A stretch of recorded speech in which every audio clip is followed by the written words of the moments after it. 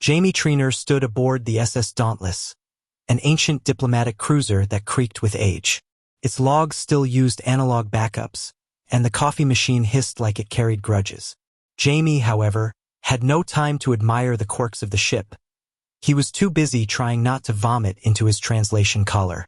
For 3 straight days he had drilled himself on first contact etiquette, how to greet alien dignitaries, cultural sensitivities, and most importantly, things never to say.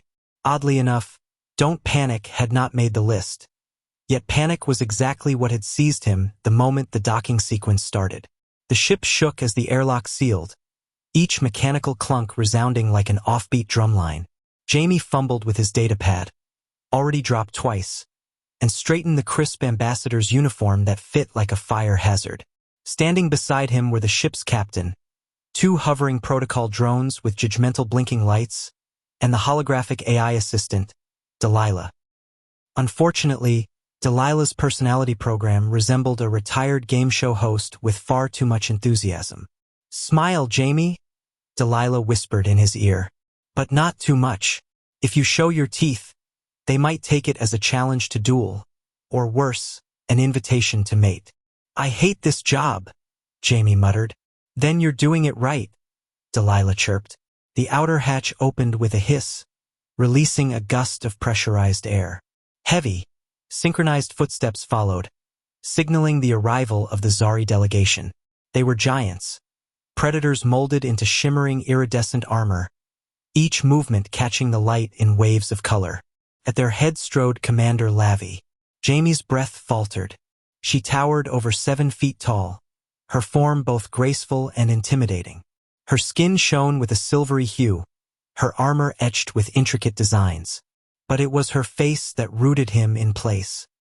Sharp lines, storm-violet eyes, and long ears twitching delicately as though tuned to unseen frequencies. No simulation, no training drill, no etiquette test had prepared him for the actual sight of her. And then their eyes met. Jamie's nervous system betrayed him. Words tumbled out, unbidden. "You're kind of cute." Silence smothered the room. One protocol drone beeped in confusion before floating backward. Delilah nearly short-circuited in his ear. "Oh no, no, no." Commander Lavi's ears flicked. Her stormy eyes widened, just slightly, and then, impossibly, her silvery complexion flushed bright crimson, racing up her cheeks to the tips of her ears. Jamie froze. His mouth flapped, producing only nonsense. Sorry. I meant, your armor. It's nice." The chamber clattered as someone in her delegation dropped a ceremonial staff. An aide muttered quickly, and Delilah translated in a whisper. "He spoke the vow that is not a vow." Jamie blinked. "That's a not bad, right?" "It is absolutely not fine," Delilah replied sharply.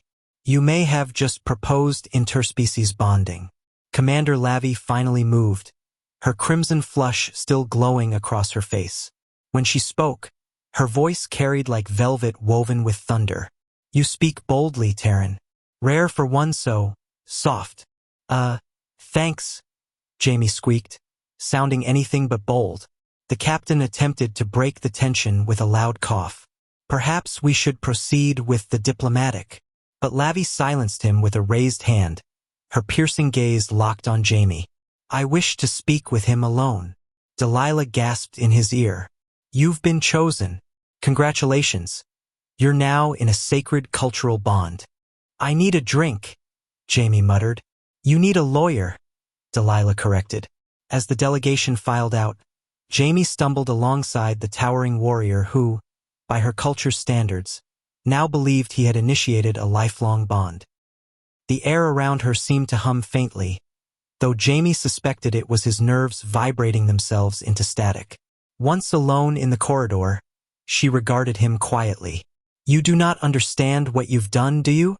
"Nope," Jamie admitted, "though I'm starting to think I just proposed to you with my face." For the first time, she smiled barely, a ghost of a curve at her lips, but it transformed her entire expression.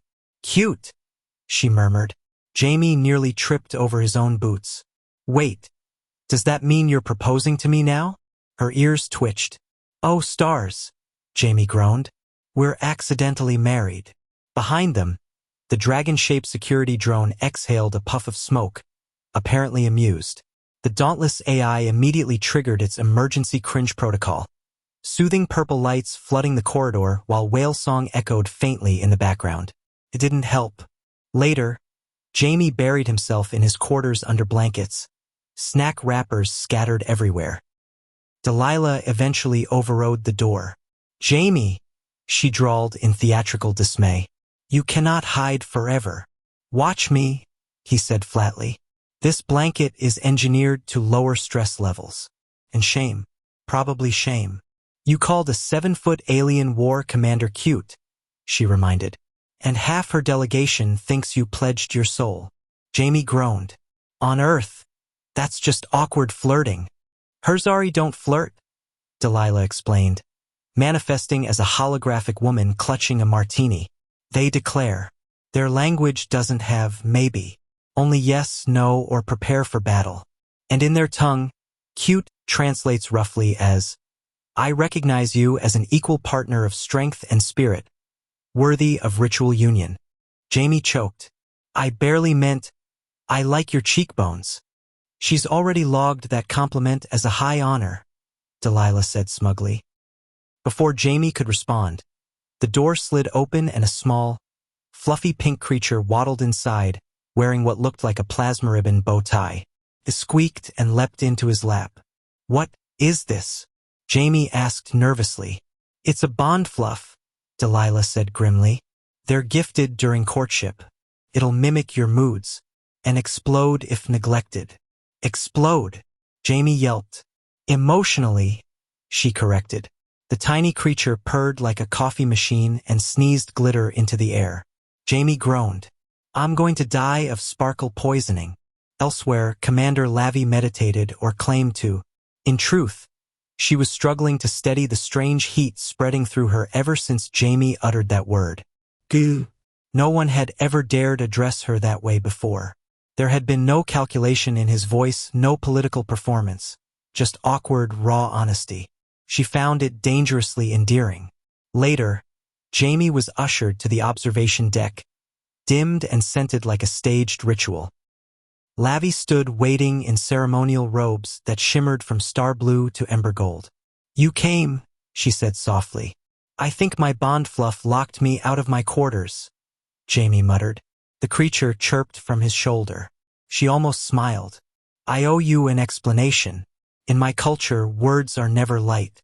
When you called me cute, it was as if you placed a weapon at my feet, a declaration of intent." Jamie rubbed the back of his neck. "I didn't mean to cause chaos. I've tried flirting before by complimenting elbows. I'm way out of my depth. And yet," she said, stepping closer, "you responded with humor and courage." "Mostly panic and snacks," Jamie corrected. Her gaze softened as the bond fluff imitated his nervous foot tap. "Even your panic is effective. So, do we tell everyone this was a misunderstanding?" he asked nervously. "Or do I need to start learning your mating dances?" "There are no dances," she replied. "Only combat trials." "That's worse," Jamie said flatly. "Or conversation," she added. "That I can do." They sat together, watching stars unfurl like painted strokes across the void. For the first time, Jamie felt the silence between them was comfortable. Not long after, Jamie stood in the Hall of Witnessing, a crystalline chamber humming with psychic resonance. Delegates from across the galaxy filled amphitheater seats, waiting for what was essentially a wedding with extra steps. Jamie's ceremonial robe betrayed him, glowing panic pink. Lavi arrived in lacquered black armor, violet tracings glowing like nebulae. Their hands touched, sparking a resonance that shared pieces of their memories.